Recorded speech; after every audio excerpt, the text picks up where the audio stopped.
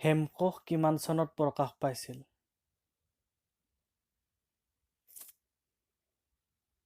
« 1900 চনত।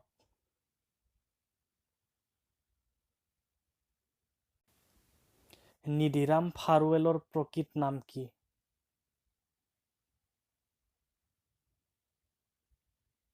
নিধিৰাম কেওট।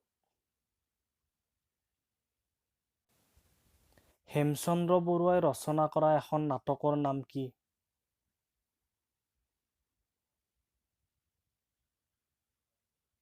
বাহিৰে ৰংচং ভিতৰি কোৱাভাতুৰি।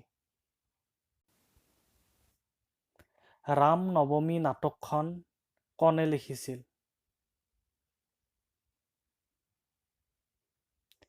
গুণাভিৰাম বৰুৱা।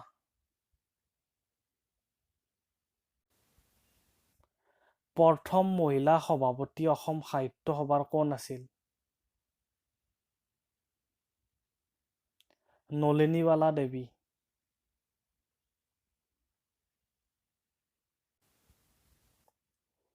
প্ৰতিমা কবিতা পুথিৰ কবিগৰাকীৰ নাম কি? চন্দ্ৰকুমাৰ আগৰৱালা।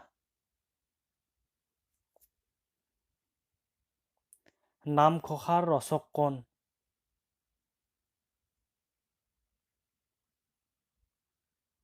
মাধৱদেৱ।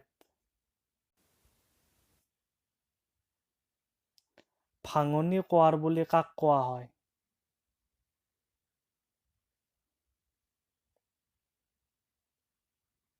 আনন্দৰাম আগৰৱালা। প্ৰথম আধুনিক যুগৰ উপন্যাসখনৰ নাম কি?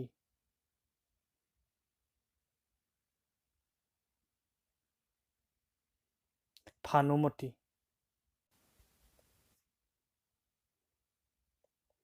শংকৰদেৱৰ প্ৰথম কাব্যগ্ৰন্থখনৰ নাম কি?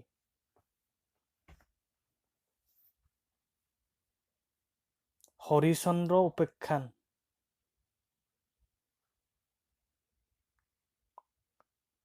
প্ৰথম মহিলা আলোচনীখনৰ নাম কি?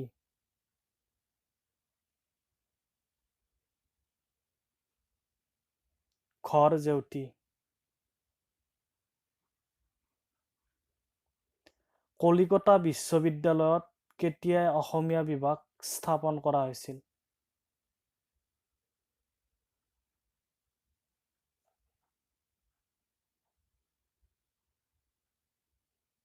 1938 চনত।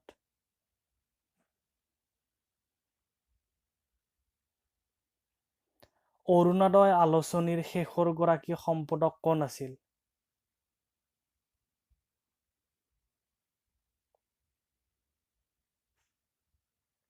A.K. গাৰ্ণী। অনুগ্ৰহ কৰি ছাবস্ক্ৰাইব কৰিব চেনেলটো।